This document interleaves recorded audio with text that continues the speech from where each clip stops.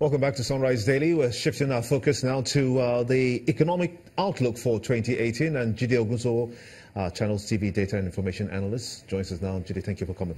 Now, you've been looking at the figures and seeing from where the president took off from 2018 with his speech. What have you been able to find? I want to take it from a slightly different approach, and that is looking at the three things the president said very well, the three things that the president didn't say very well, and then let's look at the three things that the president did not even say at all. So what are the three things that the president said very well? The first is the list of infrastructure. So we could clearly see the plans for the new year based on especially rail infrastructure. So we could say the president said that very well. But again, the president could have said more even on infrastructure, because what is on the lips of Nigerians is not just the list of infrastructure. It is how will this infrastructure affect them. So what they want to know is, will this rail infrastructure make it easier for families to access health centers and clinics better? Will it make it easier for parents to be able to send their children to schools in other locations where the fees are more affordable?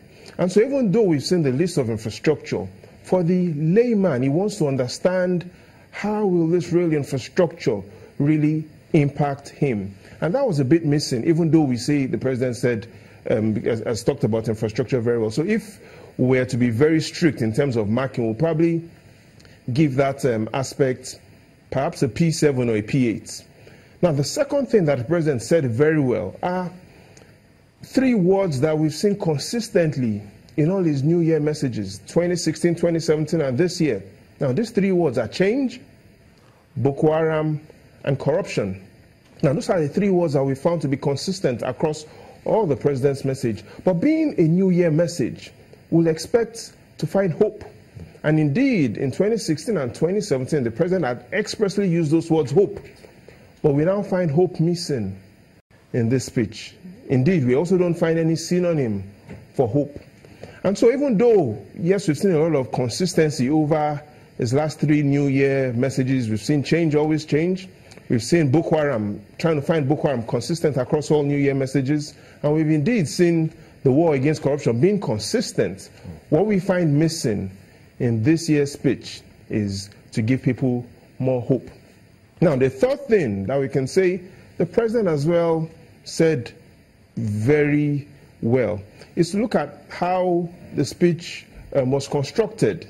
Now, what the president is saying in this New Year speech and the outlook is going to be a more accommodating president.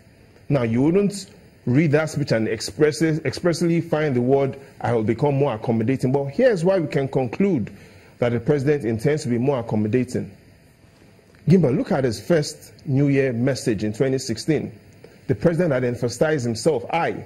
He had used the word I 10 times and only used the word we 5 times. So in simple terms, for every time he referred to himself, for every 2 times he referred to himself, he referred to every other person we once. That was his ratio, 10 I's and only 5 we's.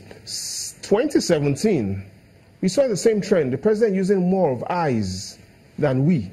Now, for the very first time in his New Year message, we see a president using the word we more than I.